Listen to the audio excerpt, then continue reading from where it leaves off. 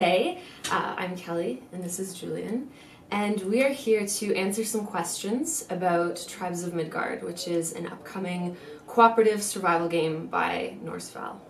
Yeah. That's us? Yep, that's us. So one thing that keeps happening is whenever we show our game, people have lots of questions. They want to know all about different parts of the game, different features that are in it, but also upcoming, and so we wanted to take this opportunity to answer them all in one spot. All of them? All of them. Well, at least the current ones. I think we'll be here for the whole afternoon, probably. But at least to set something straight, but also let you know what you have to look forward to when the game comes out in alpha very, very soon. So just to give a brief summary of what we're talking about, in case you're not familiar with Tribes of Midgard, it's, as I said, a cooperative survival game. It's set in the Norse mythology world, that general lore, and it's particularly set during one event called the Ragnarok, which was prophesized to be the end of the world as a result of the battle between the giants and the gods, and it all took place in Midgard, which is the home of the humans. And so in our game, you are playing as a village with other people to protect your home and stop the giants from destroying the world. Yeah, you wouldn't want to die in that battle, so you're just trying to prevent the giants basically from destroying the world and your world. Easy task. Easy. There's also plenty of other things to do as well. There's more enemies to be found, a couple more threats to your village than just the giants. It's not just about defeating the giants, there's a whole lot more to it. A whole host of more to come. But then there's also lots to explore as well. We wanted to make the world as exciting as possible, not just within your village, but outside of it. So we have lots of biomes that you can explore and discover. And one other really amazing part about it is that it's procedurally generated. So everyone gets a different piece of Midgard to call their own. Yeah, exactly. So whenever you start a new game, you get a world that's fully procedurally generated. Those worlds are 8 by 8 kilometers at the moment. We could go larger, but that's the size we've decided upon for now. Mm-hmm. And yeah, as Kelly mentioned, different environments where you can gather different resources to craft weapons, gear, all of those things. And then yeah, of course there is the village, but the village, it's important to note that the village is static. It's there when you arrive. It's somewhere in Midgard, and that's your own village. And from there, you can go explore the world. But that village is always there. That's one of the things that's not procedural. It's a module that we create. And that's what you protect. And that's what you protect, because that's where you get the seed of Yggdrasil. That's where it's lying. So you definitely need to protect that at all costs. Otherwise, it's game over. Not just for you, but for everyone in the game. Yes. And maybe we could say that, yeah, it's important to mention that it's a collaborative game. And so you can play on your own, but also up to 10 players together. So yeah, that's a full-on experience. So there's our game. Yeah. I'm ready to dive into questions. Let's go. Are you ready to go? I'm curious to hear what those questions are. So take them from the community, right? Yes, exactly. From different events that we've attended, from playtesting, but also from our online audience as well. These are the things that you guys want to know, so we're here to answer them. So our first question is more about defining what does cooperative mean, in particular about the mechanics, and why is it so important that Tribes of Midgard is played with a group of people? Okay, well, first thing first, as we just said, it's a collaborative game in the sense that you have one thing to protect, which is the seed of Yggdrasil in your village. So if that tree, because it looks like a tree, like an offshoot from Yggdrasil basically, if that tree gets destroyed, then it's game over for everyone in the world. The world will just collapse and everyone will be booted out of the world, and you'll never be able to play that world again, because each of those worlds is actually unique through a seed generation. So we just scrapped that seed, so goodbye that world. You had so the Ragnarok really does come for that world. It really does come, exactly. So if you're really feeling overly attached to that world, well, you better defend it. Yeah. And if you defend it on your own, it's harder than with other players. Well, that leads into our second question, actually. Another thing that a lot of you have asked is, can you play Tribes as a single player? Absolutely. So that was something extremely important for us right from the beginning, is that we're pushing to make a game that's cooperative. but we don't want to force that either. Mm-hmm. So the way we envision it is that the optimal Tribes of Midgard experience is with 10 players for sure, where all of those 10 players are on Discord, they have like microphones, and they set up schedules where they play and they defend their village. So when we say defend the village, of course we talked about the giant that's coming, but also every night there are waves of what we call helplings coming in and trying to attack Yggdrasil as well and attack you sometimes. So that's why every night you also need to be in the village to defend it, not just when the giant comes, but also when those things come.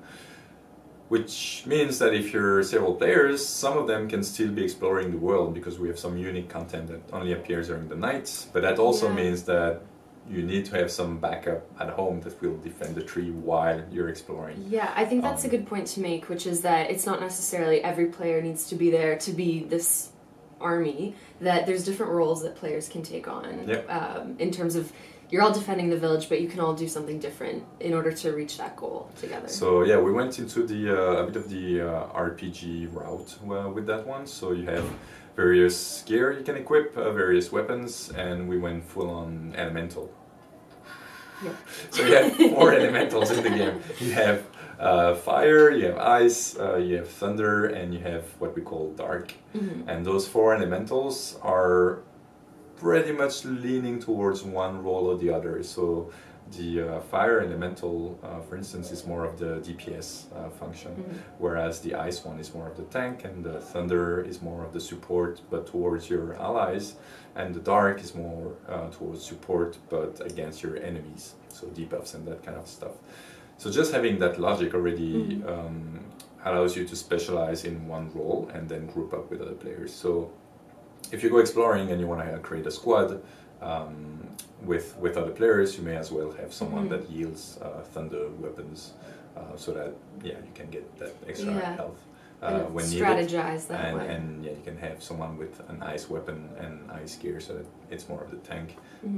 Those kinds of logics are extremely important to us. In addition to specializing in, hey, I'm going to be the person who's going to explore the world, remove the fog of war, and try to find the points of interest, so that I can get those precious resources to craft this better equipment against this specific giant that we know is coming.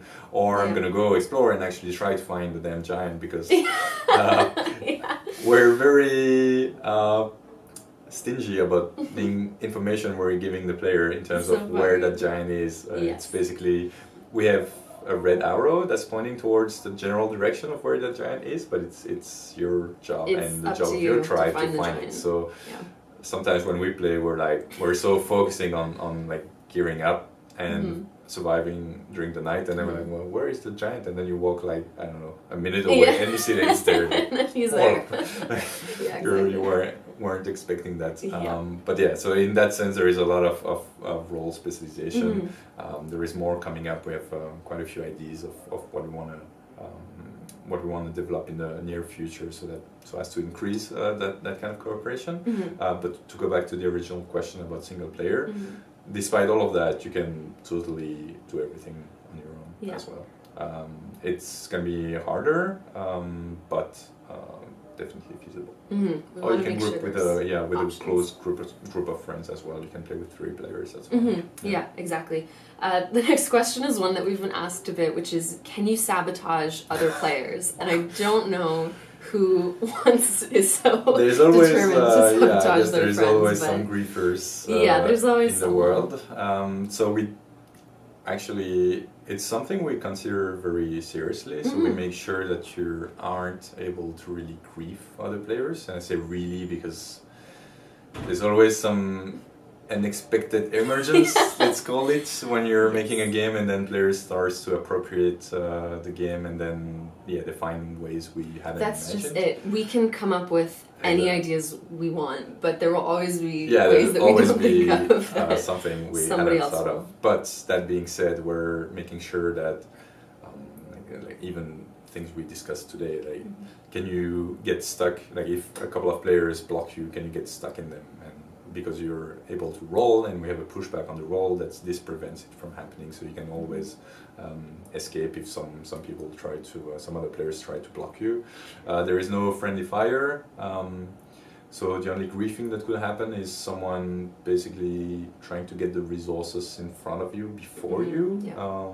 But I mean, that's more of a reaction type of logic.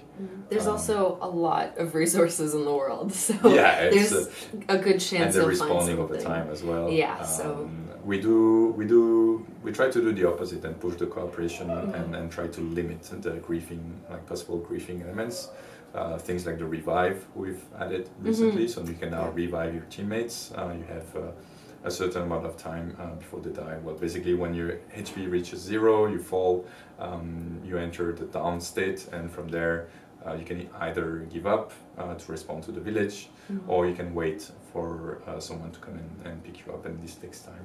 Which is another factor of the cooperative mechanics, exactly. Which is why it's good to have other people. It's good so that too. they can revive you, because you lose the life force you've gathered and the materials you've gathered if you die. So you're trying to prevent that from happening. So next question, you've mentioned being on Discord before, but one question that keeps coming up is it local co-op? So local meaning like sitting together, like couch co-op. So no, we don't. Unfortunately, we don't have couch co-op. It's online co-op only. The reason being it's just it would be, for the type of game we're making, that would be a whole other level of technicality. It's feasible for sure. Definitely not on the roadmap. We'll see in the future, but for now, no, not an option that's available. Especially while we're emphasizing that we want players to take on different tasks and roles, which means that people will need to be in different places at once, and if you're sharing a screen, that becomes I mean, you would get that extra information, but because it's cooperative, it wouldn't give you much of an advantage. But it's just like people usually don't know how complex it is to do that kind of things. For the frame rate, it's an issue. For the whole system, it's an issue. For the sound, it's a giant beast to tackle. And quite honestly, we prefer to invest the time and energy in other areas rather than take like 2 months of production to do just that. Yeah, well said. Our next question goes back to some of the equipment that we talked about earlier, which is what are the things that you can craft in the world? Because crafting is a big part of the game. It's something that drives the exploration, but also defending your village requires a decent amount of crafting. So if you can speak to that. As of today, you start the game naked. Oh. It's not totally naked. It's not like a PG. It's PG-13. We're fine. You start with boxers and ladies starts with a bra and boxers. So it's not fully naked. That's fine. But you do start without a weapon, without an armor. So first thing you need to do is actually, you do have your tools though. You do have your mining equipment and axe to chop down trees. So you do have that, but first thing you want to do is go and collect materials and then bring them back to the blacksmith and the tailor. So those are the two main functions at the moment for crafting in the village. Blacksmith is used for weapons. We have two types at the moment, the sword and the axe. Currently making a third type, which is the hammer. It's going to use two hands. It's going to be the first two-handed weapon. And the other one is, you can also craft shields over there. And if you go to the tailor, we call it tailor, but it's not like, it's not only fabric that you're making there. You can actually leather goods, create like a big ass armor if you want. Well, we also have some mystical elements too. So the elements. I mean, we go. It's inspired by Norse mythology. So we have a bit of magic. We have some. I mean, it's not 100% realistic. I mean, you have giants. You have a whole bunch of things happening. Video games. So you can craft those armor, and the armor is split in 5. So you can have helmet, chest piece, arm piece, leg piece, and boots. That's basically how it's set up. And each of them, the weapon, the shield, the whole armor, has durability. So whenever you craft it, then it has a certain life duration, and for weapons it decreases when you use them. For shields, same thing, it decreases when you block hits, and the armor is when you take hits. And then it all decreases, and if it reaches 0, it actually explodes. So you can be in a combat and you start swinging that sword and sword explodes, and you're like, All right, time to get out of here. Running away from it, yeah.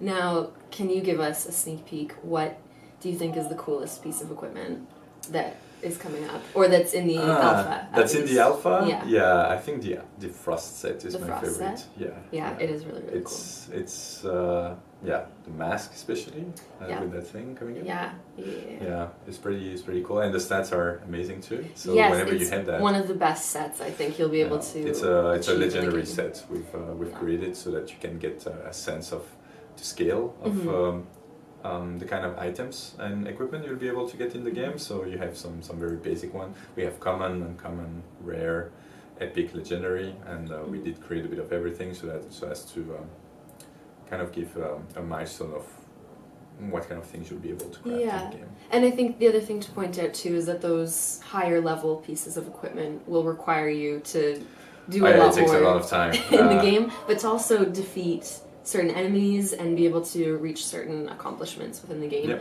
in order to unlock those materials to build those pieces. So needless to say that the Frost set has this name for a reason. Yeah. We do have a Frost giant, so there might be some connection there. Yeah, I'll have to find out.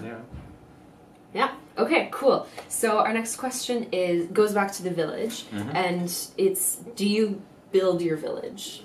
Or do you build buildings? You're not building the village per se. As we mentioned at the beginning, it's there when you arrive, and the NPCs are there. But we definitely want to have construction in the game. So and that was planned all along, right from the beginning. It's just we didn't want to start from scratch because you had a point to defend, and wanted to create that village with the warmth of the village.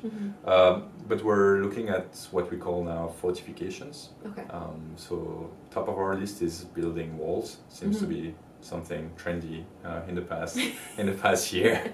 But it's also relevant to the mythology. There's also walls around everything. Yeah, the Norse stories. Yeah. So building a wall around the village is something that we're looking into, and that's going to be not for the alpha but for the beta.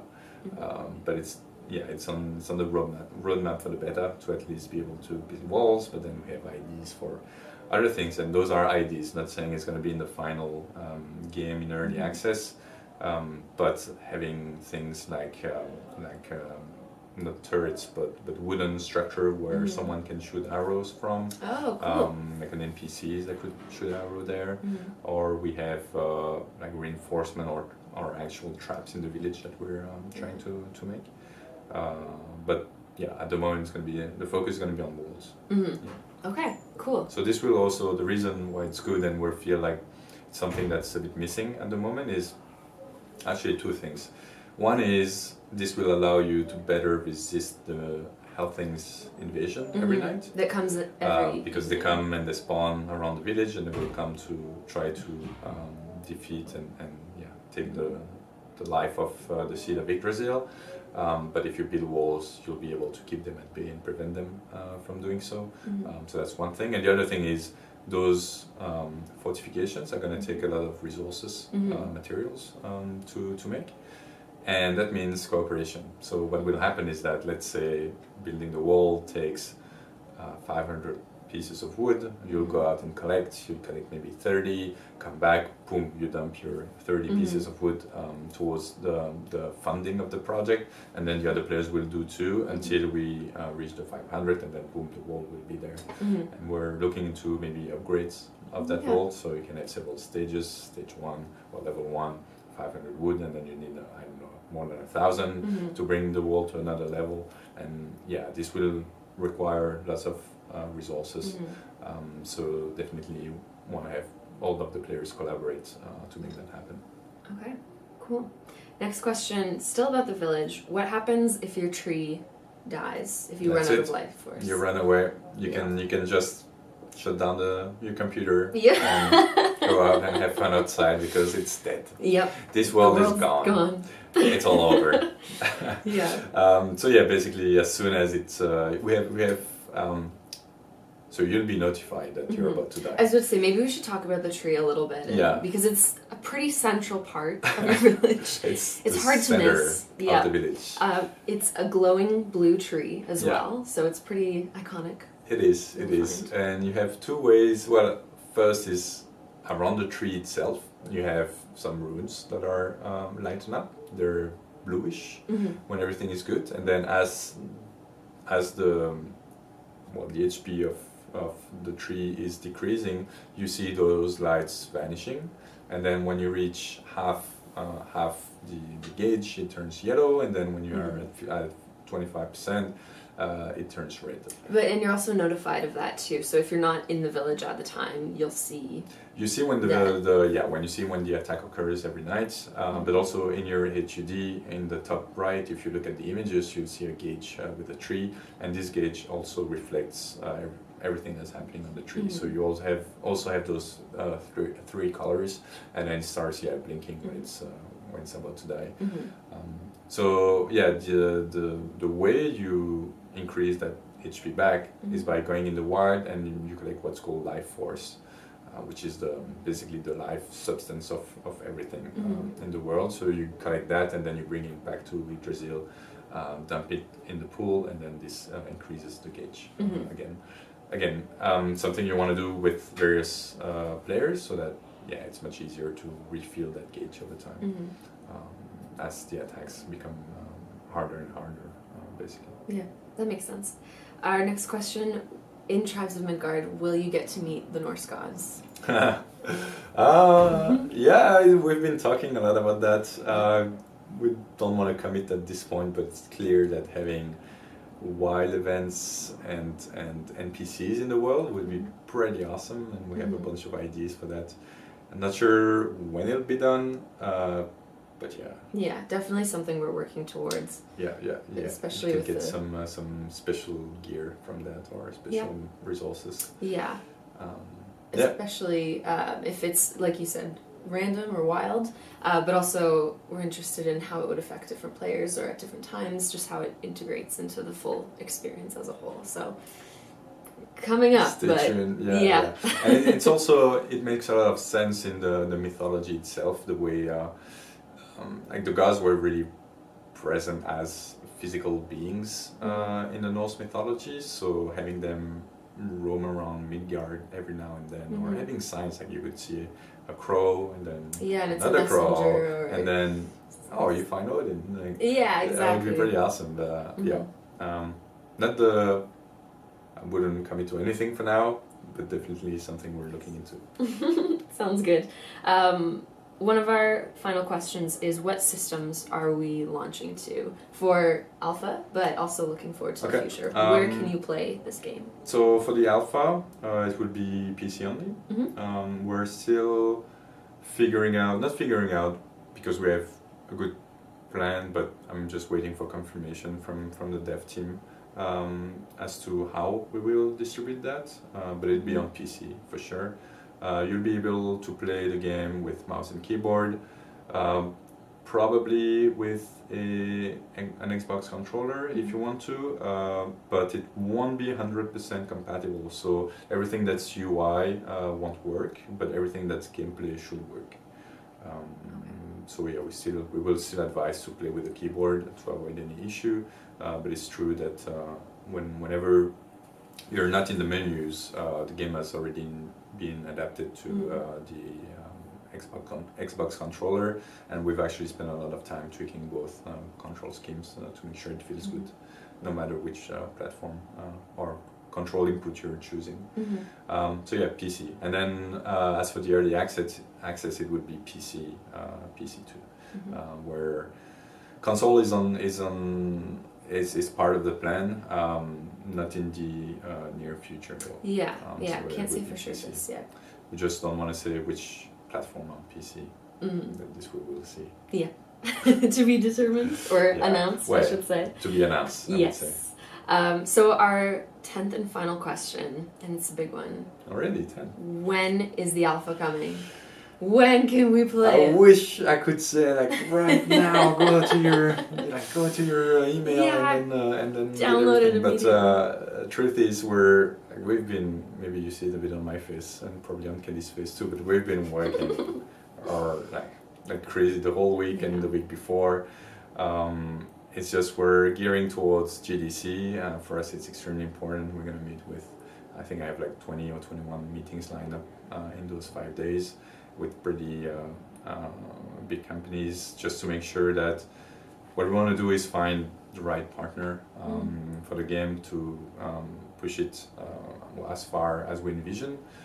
So for us, we're gearing towards that event like crazy, making sure that we have a trailer ready with the latest, and we're working hard on that. So you'll at least get a trailer very soon, and then GDC is 1 week from now, and we need to have a stable build. So whenever we hit that milestone of GDC, then we should be able to make sure everything runs smoothly, and probably right after the event or during PAX, I would say it would be the safest to get the alpha distributed. Good thing is we've completed the move to dedicated servers which was a big this week, thing which for us. was a huge thing. We had one person working on it for like 3 months and then merging the whole thing 2 weeks ago, and of course it, like all hell broke loose. But it's the kind of thing where it was better to put in the work and the time now rather than later on in the process. Definitely, and because so we're setting ourselves up for a better experience for players. For the players, actually, because I mean, like, we're gonna pay more money for that because we pay for the servers, but the experience will be more fluid. It's gonna be way more stable for you guys. So we really wanted to make that happen, to be able to make the game as scalable as possible and have the smoothest experience as possible. Yeah. But this came at a cost for us in terms of production. So that's why it took way more time than anticipated. We wanted to send the alpha and pre-alpha actually earlier, and then that whole merge happened, and sorry about that. Took longer than expected. Rest assured that the game is looking great. I just played version number 388 just before this stream. We're wrapping up. It's really getting there and runs smoothly. So I'm very excited. We also have some more content in the game now than we have new have things. We have the armor. All of the armors are integrated. We have a new enemy. We have a new environment as well. Just added the camps of that environment. They look gorgeous. It's coming. Yeah. We promise it's real. Yeah, it does exist. And I think the best is for you to keep yourself posted on Discord. Because that's where we're a bit everywhere. But Kelly is very responsive on Discord, and we also just got verified. So it's G3/Tribes of Midgard. So if any of this has interested you, you can definitely sign up for our alpha to receive the free demo of it. In the description of this video, there should be a link to tribesofmidgard.com. On that website, you can sign up for our mailing list, at which point, when the alpha is ready, you will be automatically sent a copy of the game. Also on our website, you'll be able to find links to our Twitter, our Facebook, and Discord as well. On our Discord, you can hop on. If you have any more questions that were not answered in this video, you can ask them there. We are happy to answer. But you can also check out some other things that we've been posting there, some of our favorite bugs that we found in the game as we discovered so many things with the naked system. Everyone naked, everyone called Björn too. It's just some interesting world generation that happens. One of the things that you can't predict all the time with procedurally generated games. It was epic. But we're getting through. It's pretty awesome. And maybe we'll be at PAX actually. So GDC will be there. I'll be with one of my colleague Ben, and then Kelly will be at PAX. Yes, PAX East in Boston at the end of the month. Yeah. You can come to our booth, and it's number 10036. Yes. Yeah. And you can come and play the game. You can ask us questions, and there's also some free stuff. Oh yeah, there's some free gear. But definitely, if you want to play the game, it will be playable there. So you'll see that it exists. Yeah. Probably we'll try to line that up with the alpha sending of the version. But if we do have a bit of a delay, it will be playable there for sure with 4 players. We have 4 stations. So bring your friends. Yeah, so 4 players will be able to play in the same world at the same time. All right, well, thank you for joining me today. Thanks to you guys for having us. I have to get back to work. I don't know about this you. This isn't work. No, this is fun. All right. But we are going to get this build ready and hopefully see you guys soon. We'll see you in Yeah. Midgard. See you in Midgard, and I'm gonna go try that version 3.8.9 now. But it's probably out already. Perfect. All right. All right. Bye, we'll guys. see you soon. See ya.